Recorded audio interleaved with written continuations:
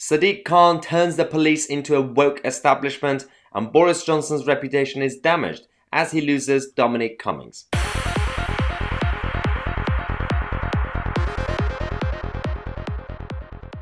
Hello everyone and welcome to today's show. Today is all about the woke establishment, specifically Sadiq and Cressida, our lovely Mayor of London and the head of the Metropolitan Police. Clearly everything's working out so well in every other area that these two have decided to make some improvements when it comes to the policing, because apparently the police, especially in London, are not woke enough. They're not progressive enough. They're focused too much on tackling crime and actually keeping order. I mean, who would do that? So they have to be more about rainbows and unicorns and ice creams. So they've decided to make some idiotic policy, as usual, to make it even worse, as if we didn't have enough problems with the number of individual police officers kneeling in the middle of the street instead of tackling the crazy people causing trouble. Now they want more of that to happen. So yeah, get ready for this. This is the most idiotic thing I've ever heard this week, because these days it's 2020, everything comes out, everything's absolutely mental.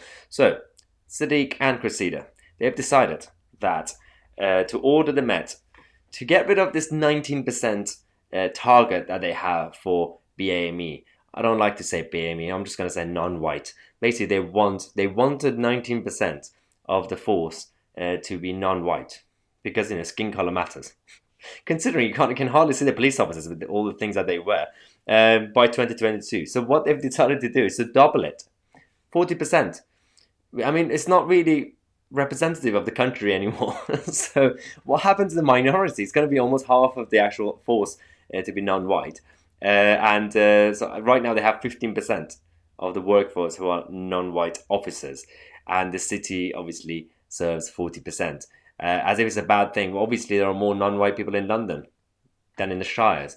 So now, previously, obviously, Scotland Yard said that it would take decades to actually, and almost a century, to achieve the goal that we have. We want it to be progressive, but now they've said that we could do it. We could do it by 2022. Let's do it, and to support the BLM movement. Clearly, they're the good guys now. So that's what they've done, and then. Sadiq Khan's also told Cressida to review the stop and search program and justify the incident to community panels. Now I say community panels, but they don't really clarify if the panels will have any powers to punish officers, or I'm not really sure what the point of it is. But you think that there will be some opposition from the main opposition party, the Conservative Party. The opposition candidate, Sean Bailey. Well, you'll be wrong. So, the Tory London Mayor candidate, Sean Bailey, has said Sadiq Khan promised to make London's police force look like London. 4 years on, only 15% of officers come from a BAME background. And this has an effect on policing. Yes, we need to send a message that if you carry... So yeah, even Sean Bailey is saying that we should be more non-white. So the problem that Sean Bailey has with Sadiq Khan is that he's not going further. He's not going deep enough. We need to go even further. Don't worry about tackling crime. Don't worry about keeping order. So the two things you have to do is the rainbow and unicorns and all this stuff, kneeling. Secondly, pick and choose your protests and marches, because you could choose to ignore some of them, and the others, oh yeah, if it's against the lockdown, oh, go in, go hardcore, go robust. But if it's Extinction Rebellion or the BLM movement, all the others, let them play. London is their playground. Let them do whatever they want. They're talking about stop and search, right? So that's one area that they say it's not working out. And they in the article that I was showing in the Mail, Sadiq Khan and Cressida have mentioned some examples that when it doesn't work. You know who they mentioned? Dawn Butler, the Labour MP, who was stopped a couple of months ago, and she made a massive scene, dramatic scene, saying that, oh, the police stopped me while I was driving a car because I'm non-white. They discovered she wasn't driving the car. The driver either was white or seemed white enough, because now that afterwards they said, oh yeah, he was mixed race, but skin color wise, like he was lighter than me. So and so clearly that was a lie, and now they're using that as an example. Oh yeah, Dawn Butler was the victim. We need to change the police. Yeah, rainbow, bring it on. So you think that's bad? And this target that they have is not just London; it's the whole country. They're all going woke. This is, I don't know if you know of this person, Matthew Furlong. So his father was in the force. He wanted, his dream since he was a kid was to join the force, to help his community, to serve his country. Guess what happened? He got rejected. Let me tell you a story about this situation. So, the son of a police chief who tried to join his father's force was rejected for being white. And, you can be white, if you're not heterosexual, if you have some sort of disability, but he didn't have any of this. So, he is heterosexual and no issues. So, he didn't tick any of the boxes. So, Matthew is 25, applied for his dream job. And this is in Cheshire, actually, northwest. And because his father was also in the force in that area. Now, he did really well in the tests and the interviews, and the force was so desperate for more recruits from ethnic minorities or anyone else who's not straight, basically, that they refused to hire him. I mean, it's a funny story, but it's quite sad and dark that our society is turning into this. Our establishments are turning into this. So obviously, Matthew's dream has been completely destroyed thanks to the wokery of the new establishment that we're dealing with. This is something that I've been warning for a while, and everybody else has been warning about how for decades and decades our media and academia have been obviously dominated by these people, and now all the so-called progressives, in reality they're regressive, because this is not progression.